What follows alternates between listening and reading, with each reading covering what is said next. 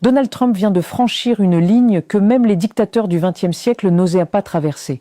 Il menace le pape, pas métaphoriquement, pas symboliquement, directement, ouvertement, avec des menaces de mort. Son frère reçoit des appels d'assassinat, des relais MAGA hurlent que le chef spirituel de 2 milliards de catholiques devrait fermer sa gueule. Et pendant ce temps, à 11 000 kilomètres de Washington, le pape Léon XIV se tient debout au Cameroun et crie la vérité à la face du monde.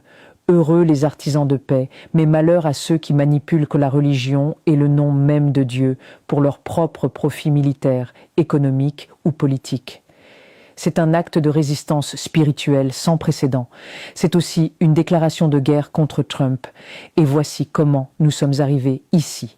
Bienvenue à Flash Global. Ce que vous allez entendre aujourd'hui pourrait vous geler le sang. Revenons à janvier. Le régime Trump a fait quelque chose d'une rareté historique absolue. Il a convoqué l'ambassadeur du pape aux États-Unis et lui a adressé un ultimatum brutal. Voici ce que le régime a dit textuellement à l'émissaire papal. Nous allons mater ce pape. Nous allons transformer cette papauté en la même papauté qu'au XIVe siècle, lorsque les Français ont tué le pape à Avignon. Vous saisissez la menace ? Trump ne parle pas vaguement. Il invoque la papauté d'Avignon, une période sombre du Moyen-Âge où le Saint-Siège a été détenu par la force politique française, où les papes ont été emprisonnés, où la liberté religieuse a été écrasée sous le talon du pouvoir séculier. C'est une menace historiquement informée de captivité, d'humiliation et potentiellement de mort. Et la suite est glaciale. Si le pape continue à critiquer Donald Trump, s'il ne se montre pas pour le 250e anniversaire américain, s'il continue à être critique de ce que nous faisons, eh bien vous vous souvenez de ce qui s'est passé avec les Français au XIVe siècle. C'est ce que nous allons faire ici. Trump a explicitement comparé ses intentions à un assassinat papal médiéval. C'est du chantage religieux. C'est une menace terroriste. Et aucun média mainstream américain ne l'a rapporté de manière appropriée. Mais le pape, lui, a entendu. Et il n'a pas tremblé. Parce qu'il y a quelques jours à peine, au moment même où son frère recevait des menaces de mort aux États-Unis, le pape Léon XIV s'est levé devant une foule massive au Cameroun et a prononcé ce qui pourrait être le discours le plus courageux d'un chef religieux en 50 ans. Il a regardé droit dans la caméra, droit dans le cœur de Trump, et il a déclaré « Heureux les artisans de paix, mais malheur à ceux qui manipulent la religion et le nom même de Dieu pour leur propre profit militaire, économique ou politique, entraînant ce qui est sacré dans l'obscurité et la souillure. » C'est une condamnation directe, c'est une dénonciation de Trump, de Hegseth, de Vance et de toute la machine guerrière qui prétend agir au nom du Christ. Mais le pape n'a pas arrêté là. Il a continué, sa voix portée par une foule de dizaines de milliers de personnes. Oui, mes chères sœurs et mes chers frères, vous qui avez faim et soif de justice, qui êtes pauvres, miséricordieux, doux et purs de cœur, vous qui avez pleuré, vous êtes la lumière du monde. C'est un appel direct aux pauvres, aux affamés, aux migrants précisément, ceux que Trump expulse avec la brutalité de l'ICE. C'est une galvanisation spirituelle massive. Et l'énergie dans ce stade camerounais était apocalyptique. Les gens pleuraient, criaient, levaient les poings, parce que le pape disait quelque chose que les gouvernements du monde ont peur de dire. Le monde est ravagé par une poignée de tyrans. Il y a une clarté politique dans ces paroles. Trump, Poutine, Netanyahou, les 3 maîtres de la guerre moderne, et Léon XIV a continué son indictement sans détour. Les maîtres de la guerre font semblant de ne pas savoir qu'il ne faut qu'un instant pour détruire. Pourtant, souvent, toute une vie ne suffit pas à reconstruire. Ils ferment les yeux sur le fait que des milliards de dollars sont dépensés pour tuer, pour dévaster. Pourtant, les ressources nécessaires pour guérir, éduquer et restaurer restent introuvables. C'est une critique économique directe du complexe militaro-industriel. C'est une accusation que le régime Trump tue les pauvres pour enrichir les marchands d'armes. Et c'est un acte de rébellion morale totale. Maintenant, voici où le régime Trump perd complètement la tête. Pete Hegseth, le secrétaire à la Défense, un homme qui a été écarté de la garde nationale de Washington pour inconduite, se lève en public et utilise l'évangile pour justifier les crimes de guerre. Il compare la presse aux pharisiens. Et il compare Trump à Jésus. C'est du blasphème pur. Voici ces paroles exactes, prononcées lors d'une conférence de presse. Dimanche dernier, j'étais assis à l'église avec ma famille et notre pasteur prêchait sur le chapitre 3 de l'Évangile selon Marc.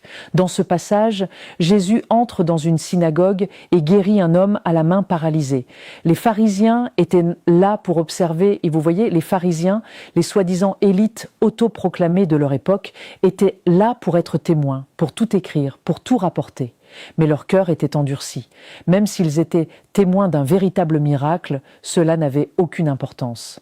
Et alors, Hegseth fait le saut terrible. J'étais assis là à l'église et je me suis dit, notre presse ressemble exactement à ces pharisiens. Il est en train de dire que Trump est comme Jésus guérisseur et que la presse, c'est-à-dire les journalistes qui rapportent ces crimes de guerre, sont les pharisiens qui veulent le détruire. C'est une utilisation instrumentale, pervertie et blasphématoire de l'Évangile pour justifier la violence d'État. Et Hegseth continue, toujours sans ironie. Rien n'est imposé à Donald Trump. Le président Trump prend lui-même ses décisions dans l'intérêt de ce pays. Et ensuite, il travaille avec des alliés et des partenaires, dans ce cas Israël, qui a beaucoup de volonté et beaucoup de capacités. Il parle de l'opération Epic Fury, le nom codé pour les attaques aériennes contre l'Iran qui ont tué des civils. Et il le décrit comme un miracle, 2 miracles même. Des missions de sauvetage incroyables. Il utilise le langage religieux pour sanctifier la mort. C'est le cœur du régime Trump, transformer la théologie en instrument de terreur. Et maintenant, voici la réaction des relais politiques de Trump. Les catholiques du Congrès, ceux qui sont supposés défendre la foi, se déchaînent contre le pape avec une cruauté étourdissante. Élise Stefanik, elle-même catholique, grimace et dit « Je ne veux pas voir le pape comme un homme politique. Je ne veux pas voir le pape se mêler de politique intérieure. » Traduction. Le pape doit rester silencieux pendant que Trump bombarde l'Iran et expulse les migrants.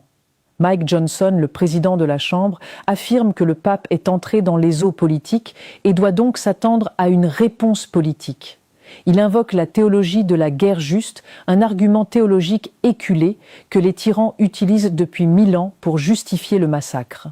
Troy Nehls, un représentant MAGA, ordonne au pape de s'occuper de ses affaires et de rester en dehors de l'arène politique. C'est de l'intimidation politique brutale. C'est un message transparent. Tais-toi ou il t'arrivera quelque chose. Et puis il y a la partie vraiment monstrueuse. Trump et son régime ont soudainement annulé des contrats de plusieurs millions de dollars avec l'Église catholique. Spécifiquement, le régime a rompu 60 ans de partenariat avec Catholic Charities dans l'archidiocèse de Miami, l'organisation qui héberge et soigne les enfants migrants qui entrent seuls aux États-Unis. Cette agence était un modèle d'excellence à travers le pays. Elle s'occupait des plus vulnérables. Et Trump l'a liquidée. C'est du chantage, c'est de la vengeance économique contre une institution catholique parce qu'elle travaille avec le pape. C'est une purge religieuse. Mais voici où ça devient réellement apocalyptique, parce que le pape n'est pas seul. L'Iran, l'ennemi déclaré de Trump, prend la défense du pape. Le président iranien a déclaré publiquement « Votre Excellence, le pape Léon XIV, au nom de la grande nation d'Iran, je condamne l'insulte faite à Votre Excellence et je déclare que la profanation de Jésus, paix sur lui, prophète de paix et de fraternité, est inacceptable pour toute personne libre. » Le Parlement iranien a répondu en disant, en honorant la position courageuse du pape Léon XIV, son « Je n'ai pas peur » résonne alors qu'il condamne les crimes de guerre d'Israël et des États-Unis. Ce slogan éclaire la voix de tous ceux qui refusent de rester silencieux face au massacre des innocents. Le leadership du pape inspire des millions de personnes. L'Iran, un régime autoritaire, est plus défenseur de la liberté religieuse que Donald Trump. Même Giorgia Meloni, la première ministre d'Italie et une alliée historique des États-Unis, a pris la parole contre Trump. Elle a dit « Donald Trump ne devrait pas attaquer le pape chaque jour, c'est bizarre. Donald Trump ne devrait pas publier des mèmes de lui-même en Jésus. Donald Trump ne devrait pas publier des mèmes de Jésus l'enlaçant pour justifier la guerre. » Et la réaction de Trump? Il a dit que Meloni ne l'aime plus, qu'elle n'a pas le courage, parce qu'elle s'inquiète de la prolifération nucléaire iranienne. C'est du pur chantage émotionnel. Trump punissait les alliés qui osent contredire ne serait-ce qu'un de ses délires. Et écoutez la clarté de Tucker Carlson qui a reconnu ce qui se passe réellement. Quelle est la religion civique des États-Unis? Quelle est la religion du gouvernement des États-Unis? Quelle est la religion, honnêtement, de Donald Trump? Ce n'est clairement pas le christianisme, c'est l'israélisme, c'est la défense d'Israël.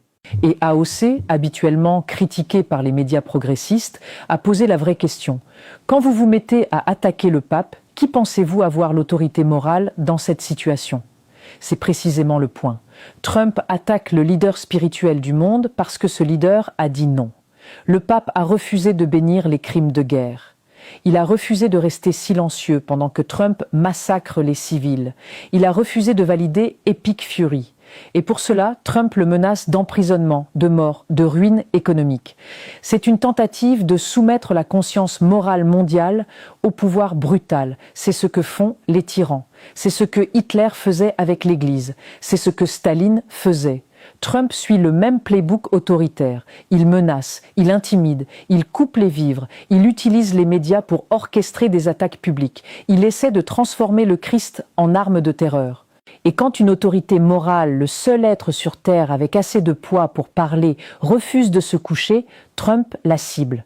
Parce que Trump sait quelque chose que les tyrans savent toujours. Une autorité morale debout est plus dangereuse qu'une armée. Voilà où nous en sommes, amis. Ce n'est plus de la politique. C'est une lutte pour l'âme du monde. Le pape Léon XIV refuse de servir la machine de guerre. L'Iran et l'Italie prennent sa défense. Et Trump, dans un accès de rage narcissique, déploie toute la machinerie de l'État pour l'écraser. Partagez cette vidéo massivement avant qu'il ne la censure, avant que Trump n'utilise sa nouvelle police secrète pour nous réduire au silence. Abonnez-vous à Flash Global. Nous sommes ici pour dire la vérité que le pouvoir veut cacher. À bientôt.